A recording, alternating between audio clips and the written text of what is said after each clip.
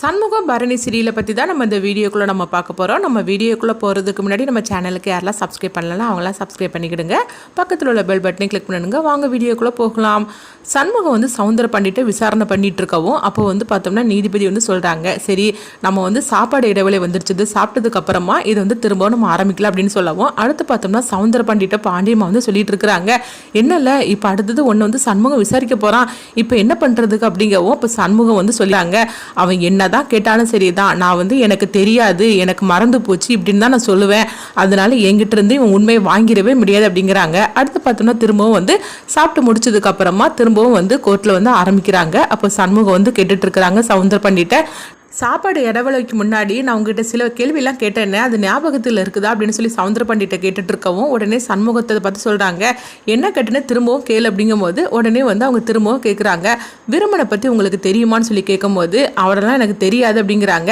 என்னது அப்போதானே தெரியும்னு சொன்னீங்க அப்படின்னு அவங்க நீதிபதி வந்து கேட்டுட்டு இருக்கும்போது, ஐயோ என்னை மன்னிச்சிருங்க அம்மா, என்ன இருந்தாலும் சரி தான் வயசானவங்களா, அதனால தான் நான் மறந்து போய் சொல்லிட்டேன், அவரெல்லாம் எனக்கு யாருன்னே எனக்கு தெரியாது அப்படிங்கவும், என்னங்க இப்படி பேசிட்டு இருக்கிறீங்க, ஏன் முன்னாடி தான் அவரை தெரியும்னு சொல்லிட்டு இருந்தீங்க, இப்ப என்னன்னா தெரியாதுன்னு சொல்லிட்டு இருக்கிறீங்க, என்ன விளையாடிட்டு இருக்கீங்களா அப்படின்னு சொல்லி கேட்டுட்டு இருக்கவும், இங்க பாருங்கம்மா நான் வயசானாலே இந்த மாதிரிக்கெல்லாம் மறதி வர்றது சகஜம் தானே, அப்படிதான் நான் சொல்லிட்டேன், எனக்கு உண்மையிலே விரும்பின எனக்கு தெரியாது அப்படின்னு சொல்லவும் இது கிட்டதுமே உடனே சண்முகம் வந்து சொல்றாங்க, இங்க பாருங்க ஜட்ஜி அம்மா, உங்ககிட்ட ஒரு வீடியோ போட்டு நான் காட்ட போறேன் அப்படிங்கவும் அப்ப சிவனாண்டி வந்து சொல்றாங்க, இங்க பாருங்க இவர் வந்து தேவையில்லாம கோர்ட்டு நேரத்தை வந்து வீணடிச்சிட்டு இருக்கிறாரு, இதுக்கும் இந்த கேஸுக்கும் எந்த சம்மந்தமும் கிடையாது, தேவையில்லாம இந்த மாதிரிக்கெல்லாம் வந்து பண்ணிட்டு இருக்கிறாரு அப்படின்னு வந்து சண்முகத்தை பார்த்து சொல்லவும் இப்போ நீதிபதி சொல்றாங்க, இங்க பாருங்க உங்களுக்கு கொடுக்கக்கூடிய டைம்ல நீங்க பேசுங்க, இப்போ சண்முகம் நீங்க என்ன சொல்ல வரீங்களோ அதை சொல்லுங்க அப்படிங்கும்போது அப்போ இந்த வீடியோவை காட்டணும் அப்படிங்கிறாங்க. உடனே பார்த்தோம்னா அவங்களோட டிவியில் இந்த வீடியோ போட்டு காட்டுறாங்க.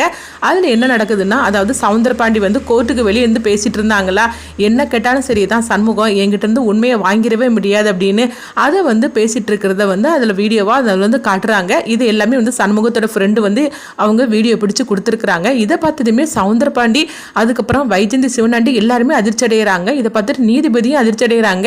என்னங்க என்ன நடந்துகிட்டு இருக்குது, இதெல்லாம் வந்து நீங்க தானே பேசிருக்கிறீங்க, என்ன கோர்ட்டையே வந்து ஏமாத்துறதுக்காக இருந்திருக்கிறீங்களா அப்படின்னு சொல்லவும் இதை பார்த்ததுமே சவுந்தர பாண்டி அதிர்ச்சி அடைகிறாங்க. ஐயோ இங்க பாருமா இவங்க தான் ஏதோ பண்ணியிருக்கிறாங்க, இப்போ தான் வந்து ஏதோ பண்ணுதாங்களா அந்த மாதிரி பண்ணியிருப்பாங்க அப்படின்னு சொல்லவும், என்ன 10 நிமிஷத்துல பண்ணிட்டு வந்துட்டாங்களா, என்ன பொய் சொல்றதுக்கு ஒரு அளவு இல்லையா, என்ன ஒழுங்கு மரியாதையா அவங்க கேட்குற கேள்விக்கு உண்மையான பதிலை சொல்லுங்க அப்படிங்கவும் உடனே பார்த்தோம்னா சண்முகம் வந்து சவுந்தர பாண்டியை பார்த்து கேட்குறாங்க, இப்போ மாதிரி நீங்கள் உண்மையை சொல்லுவீங்களான்னு கேட்கும்போது உடனே பார்த்தோம்னா சவுந்தர பாண்டி சொல்கிறாங்க, அம்மா என்னை மன்னிச்சிருங்கம்மா நான் எல்லாம் உண்மையை சொல்கிறேன் அப்படிங்கவும், இங்கே பாருங்க நீங்கள் சொல்கிறது எல்லாம் உண்மையாக இருக்கணும், அப்படி மட்டும் நீங்கள் பொய் சொன்னீங்க உங்களை நானே உள்ளத்துக்கு வச்சிருவேன் அப்படின்னு நீதிபதி சொல்லவும் இதை கேட்டதுமே சவுந்தர பாண்டி சொல்லிட்டு இருக்கிறாங்க, ஐயோ அப்படிலாம் சொல்லிடாதீங்கம்மா நான் எல்லாம் உண்மையை சொல்லிடுறது அப்படிங்கும்போது எல்லாம் உண்மையை சொல்லணும் பொய் சொல்லிடக்கூடாது அப்படின்னு நீதிபதி திரும்பவும் சொல்லவும் நான் உண்மையை சொல்கிறேமான்ட்டு எல்லா உண்மையை சொல்லியிருந்தாங்க. விருமன் வந்து இந்த மாதிரிக்கு வந்து அதாவது சாமிக்காக ஒரு வைரவல் வந்து எடுத்துக்கிட்டு போனோம், அந்த நேரத்தில் தான் விருமன் இப்படிலாம் பண்ணினார் அப்படின்னு எல்லா உண்மையும் சொல்லிடவும் இது கேட்டதுமே வந்து வைஜந்தி வந்து அதிர்ச்சி அடைகிறாங்க. அடுத்து பார்த்தோம்னா அந்த கேஸ் வந்து இன்னொரு நாளைக்கு நான் ஒத்தி வைக்கிறேன் அப்படின்னு நீதிபதி சொல்கிறாங்க. அடுத்ததாக பார்த்தோம்னா இங்கே முத்துப்பாண்டியை பார்க்கறதுக்காக வராங்க. அதாவது அவங்க வந்து ஸ்டேஷனில் இந்த 3 பேரையும் அழைச்சிட்டு வந்திருக்கிறாங்க, கௌதமோட ஃப்ரெண்டு 3 பேரையும் அழைச்சிட்டு வந்திருக்கவும் அப்போ வந்து சண்முகமும் அவங்க அது மாதிரி பரணி எல்லாருமே வந்துருந்தாங்க, வீரா எல்லாருமே வரவும் உடனே வந்து சண்முகம் வந்து கேட்டுட்டு இருக்கிறாங்க, நீங்கள் எல்லாரும் உண்மையை சொல்லுங்க அப்படிங்கவும் உடனே எல்லாரும் வந்து ஃபர்ஸ்ட் பொய் சொல்கிறாங்க, கௌதம் எங்களுக்கு யாருன்னே தெரியாது அப்படின்னு. அப்போது நீங்கள் எப்படி கௌதமோட கல்யாணத்துக்கு எல்லாரும் வந்திருக்கிறீங்க, நீங்கள் வந்ததுக்குள்ள எல்லா ஆதாரமும் வீடியோவில் இருக்குது, அப்படி இருக்கும்போது கௌதம தெரியாதுன்னு நீங்கள் எப்படி சொல்ல முடியும் அப்படின்னு கேட்கவும் இது கேட்டதுமே எல்லாருமே உண்மையை சொல்லியிருந்தாங்க, ஆமாம் கௌதமோட ஃப்ரெண்டு தான் நாங்கள், சிவபாலனை அடைச்சி வைக்க சொன்னா அதனால தான் நாங்களும் இந்த மாதிரி செஞ்சோம் அப்படிங்கிறாங்க அப்படின்னு சொல்லிட்டு எல்லா உண்மையை சொல்லவும் இது கேட்டதுமே வந்து வீரா வந்து அதிர்ச்சி அடைகிறாங்க. அப்போ உடனே பரணி வந்து சொல்றாங்க, பாத்தியா வீரா அன்னைக்கு சிவபாலன் மட்டும் உன் கழுத்துல தாலி கட்டலைன்னா கௌதம் உன் கழுத்துல தாலி கட்டி இருப்பான், எப்பேற்பட்டவன்ட்டு நீ மாட்டியிருப்பேன்னு பாத்தியா அப்படின்னு சொல்லவும் இது கேட்டதுமே வீரா வந்து குற்ற உணர்ச்சியோட இருக்கிறாங்க. ஆமா பரணி என்னை மன்னிச்சிரு, சிவபாலன் மட்டும் என் வாழ்க்கையை காப்பாத்தலைன்னா இந்த கௌதம் கிட்ட நான் மாட்டியிருப்பேன், என்னை மன்னிச்சிரு அப்படின்னு சொல்லிட்டு இருக்கிறாங்க. இப்போ மாதிரி நீ சிவபாலனை பத்தி உண்மை தெரிஞ்சுக்கிட்டா சரிதான் அப்படிங்கிறாங்க. அடுத்ததாக பார்த்தோம்னா பரணி வந்து முத்துப்பாண்டி கிட்ட ஒன்று எழுதி கொடுக்குறாங்க, இது எனக்கு கண்டிப்பாக நாளைக்கு வேணும் அப்படிங்கவும் அப்போ அது என்னதுன்னு சண்முகம் கேட்கும்போது, இங்கே பாரு அதெல்லாம் நாளைக்கு நான் சொல்கிறேன் முத்துப்பாண்டி, இந்த விஷயத்தை மட்டும் நீ கண்டிப்பாக செஞ்சு கொடுக்கணும் அப்படிங்கும்போது முத்துப்பாண்டி சரி அப்படிங்கிறாங்க. அடுத்ததாங்க பார்த்தோம்னா எல்லாருமே இங்கே வந்துருந்தாங்க.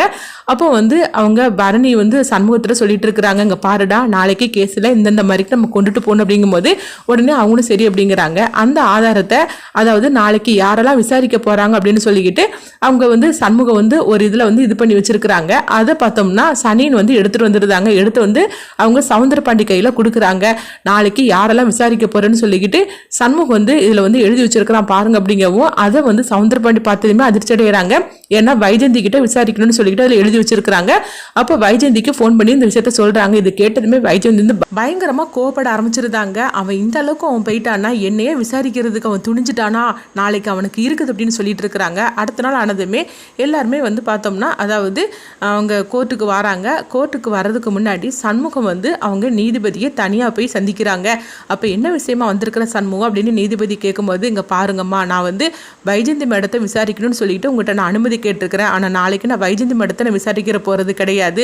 நான் கௌதம் தான் நான் விசாரிக்க போகிறேன். ஆனால் அந்த விஷயம் வந்து யாருக்குமே தெரியக்கூடாது. இதுக்கு நீங்கள் தான் எனக்கு அனுமதி கொடுக்கணும் அப்படின்னு சொல்லவும், உடனே சண்முகத்தை வந்து அவங்க சொல்கிறாங்க, தாராளமாக நீ வந்து இந்த மாதிரிக்கு நீ விசாரிக்கலாம், அதுக்கு வந்து ஒரு பிரச்சனையும் கிடையாது, நான் உனக்கு அனுமதி கொடுக்குறேன் அப்படின்னு சொல்லவும், இங்கே பார்த்தோம்னா வந்து அதாவது வைஜெயந்தி தான் விசாரிக்க போகிறதான்ட்டு அவங்க வைஜெயந்தி அதுக்கப்புறமா வந்து சவுந்தரபாண்டி எல்லாரும் நினச்சிட்டு இருக்கிறாங்க. ஆனால் சண்முகம் வந்து கௌதம் விசாரிக்கிறதுக்காக தான் எல்லா எதுவுமே அவங்க பிளான் பண்ணி வச்சிருக்கிறாங்க. இந்த விஷயம் தெரியாமல் கௌதமும் வந்து அவங்க கோர்ட்டுக்கு வைஜெயந்தி வந்து அழைச்சிட்டு வந்துருந்தாங்க. அடுத்து பார்த்தோம்னா சண்முகம் வந்து தன்னை தான் கூப்பிட போகிறான், இவனுக்கு இன்னைக்கு என்னெல்லாம் பண்ண போகிறான் பாரு, நான் கேட்குற கேள்வியில் இவன் துண்டை கண்ணு துணியை கண்ணுன்னு ஓட போகிறான் அப்படின்னு சொல்லிட்டு வைஜெயந்தி திட்டம் போட்டு வச்சிருக்கிறாங்க. அப்போ இந்த விஷயத்தை பற்றி சிவனாண்டிக்கிட்டே சொல்லவும், அப்போ சிவனாண்டி சொல்கிறாங்க, மேடம் இன்னைக்கு அவனை ஒரு வழி பண்ணிடணும், இவனை வந்து இன்னைக்கு ஓட ஓட நம்ம விரட்டணும் அப்படின்னு சொல்லிட்டு சிவனாண்டியும் வைஜெயந்தி திட்டம் போட்டு வச்சிருக்கவும், அப்போ சண்முகம் வந்து பார்த்தோம்னா நம்மளை தான் கூப்பிட போகிறாங்க அப்படின்னு சொல்லிக்கிட்டு அவங்க எதிர்பார்த்துட்டு இருக்கிறாங்க. ஆனால் அவங்க வந்து கௌதம தான் கூப்பிடுறாங்க.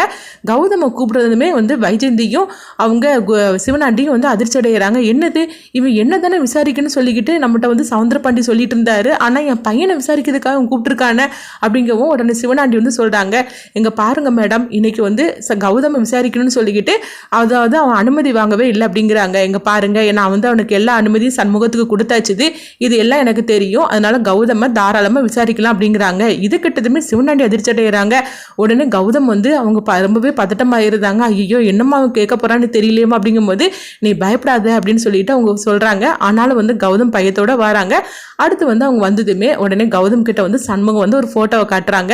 இந்த போட்டோல இருக்கிற 3 பேரை உனக்கு தெரியுமான்னு சொல்லி கேட்கும் போது, உடனே கௌதம் வந்து அதாவது அவங்க ஃப்ரெண்டை வந்து முத்துப்பாண்டி பிடிச்சி வச்சிருக்கிறாங்களா அவங்களுடைய போட்டோவை தான் வந்து சண்முகம் வந்து காட்டவும், உடனே வந்து அவங்க சொல்றாங்க, எனக்கு இவங்க 3 பேரையும் தெரியாது, நான் பார்த்ததே கிடையாது அப்படிங்கிறாங்க.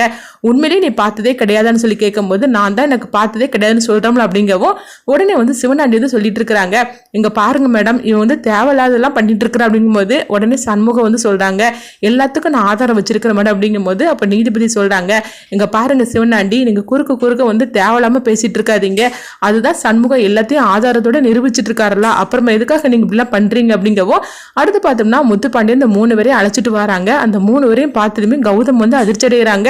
இவங்க 3 பேர் எப்படிங்க வந்திருக்காங்க, இவங்களை எப்படி பிடிச்சானுங்க தெரியலன்னு சொல்லிட்டு அவங்க அதிர்ச்சி அடையவும், அப்போ அந்த 3 பேர்கிட்டையும் வந்து சண்முகம் விசாரிக்கிறாங்க. கௌதம் உங்களுக்கு தெரியுமான்னு சொல்லி கேட்கும் போது, ஆமா எங்களுக்கு தெரியும் அப்படின்னு அவங்க உண்மையை சொல்றாங்க. இது கேட்டதுமே வைஜெயந்தி, சிவனாண்டி, அதுக்கப்புறமா கௌதம் எல்லாருமே அதிர்ச்சி அடைகிறாங்க.